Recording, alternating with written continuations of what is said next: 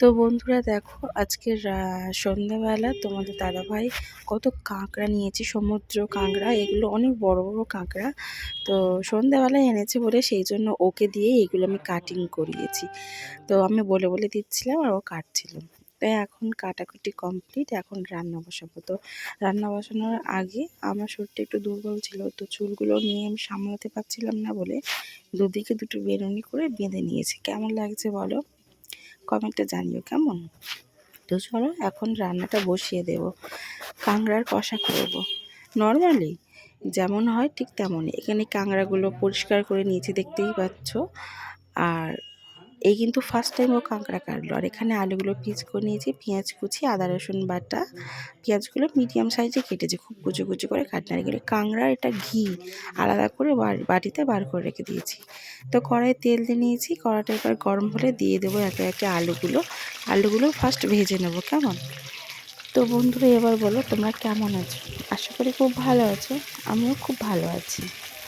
আর আমার ভিডিওগুলো কেমন লাগছে প্লিজ তোমরা একটু কমেন্টে জানিও। আর অনেক দিন পরে পরে আমি ভিডিও দিচ্ছি, সত্যি আমি একটু ব্যস্ত হয়ে পড়েছি বাড়ির কাজে, দোকানের কাজে। তোমরা কিছু প্লিজ মনে করো না, আগের মতন আমাকে প্লিজ সাপোর্ট করো কেমন।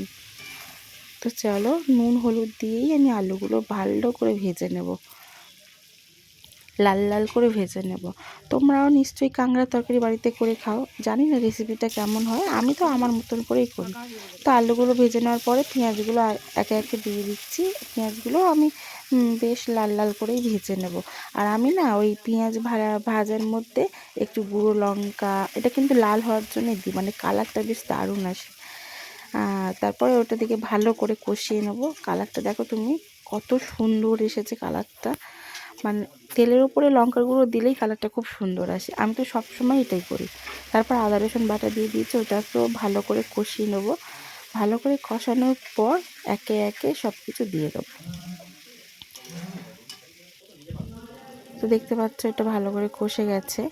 তো এরপর হলুদ দিয়ে দিলাম, তারপর যে কোনো যা যা মশলা আছে আর কি, জিরের গুঁড়ো, ধনের গুঁড়ো, এগুলো সব দিয়ে দেবো। নুন দিয়ে ভালো করে কষিয়ে নেব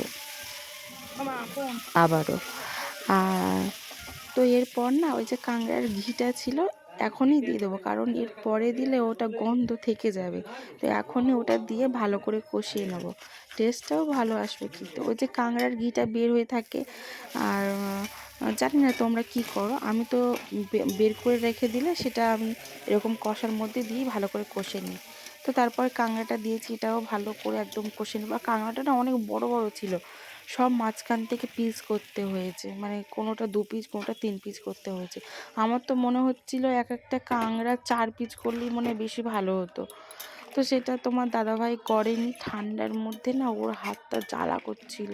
আর এই ফার্স্ট টাইম কাঁকড়া করতে বসেছে, আর আমার শরীরটা একটু খারাপ ছিল বলেই আমি কাঁকড়াটা কাটিনি।